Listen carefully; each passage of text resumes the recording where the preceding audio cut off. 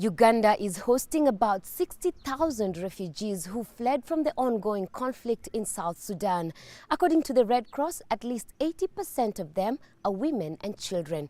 The influx is a cause for concern as many of the camps are already overcrowded.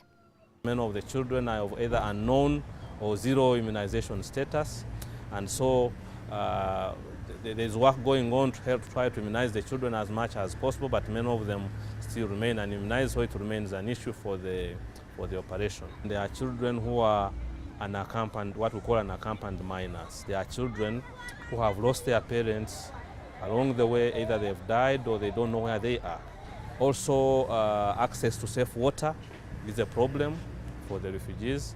Yes, we are tracking water. We are also having some water and kits in some areas, but yes, we don't have yet sufficient quantities of water enough to support all the refugees. But given the number of refugees and the congestion in the camps, yes, there are real fears that there can be an outbreak. And if there's an outbreak, it will be really disastrous. And so the biggest need now is to sensitize people so that they ensure sanitation and proper hygiene in the refugee settlements. The Red Cross estimates an average 3,000 refugees cross the border into Uganda every single day. They are registered and moved to transition camps as authorities try to set up more permanent structures. Thousands of others have sought refuge in countries like Kenya, Ethiopia and Sudan. There aren't yet sufficient resources to address the needs of the refugees. So I will appeal to people of goodwill, governments and donors to actually provide support to the agencies on the ground so that they're able to support the refugees. The biggest issues are about water. Water is both providing the water, but also maybe you need purification chemicals, you need water containers. I talked about shelter. There's need for tarpaulins. There's need for funds to get poles for people to construct houses. They need also essential household items, saucepans, plates, all these things.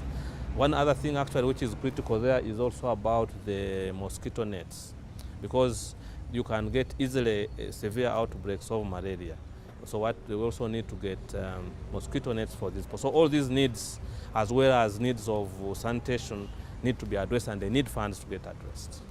On Thursday, regional body IGAD leaders, including Sudanese President Omar al-Bashir, will meet in Juba to push for a ceasefire in the conflict that began in December last year. So far, efforts by East African mediators to broker a peace deal have deadlocked.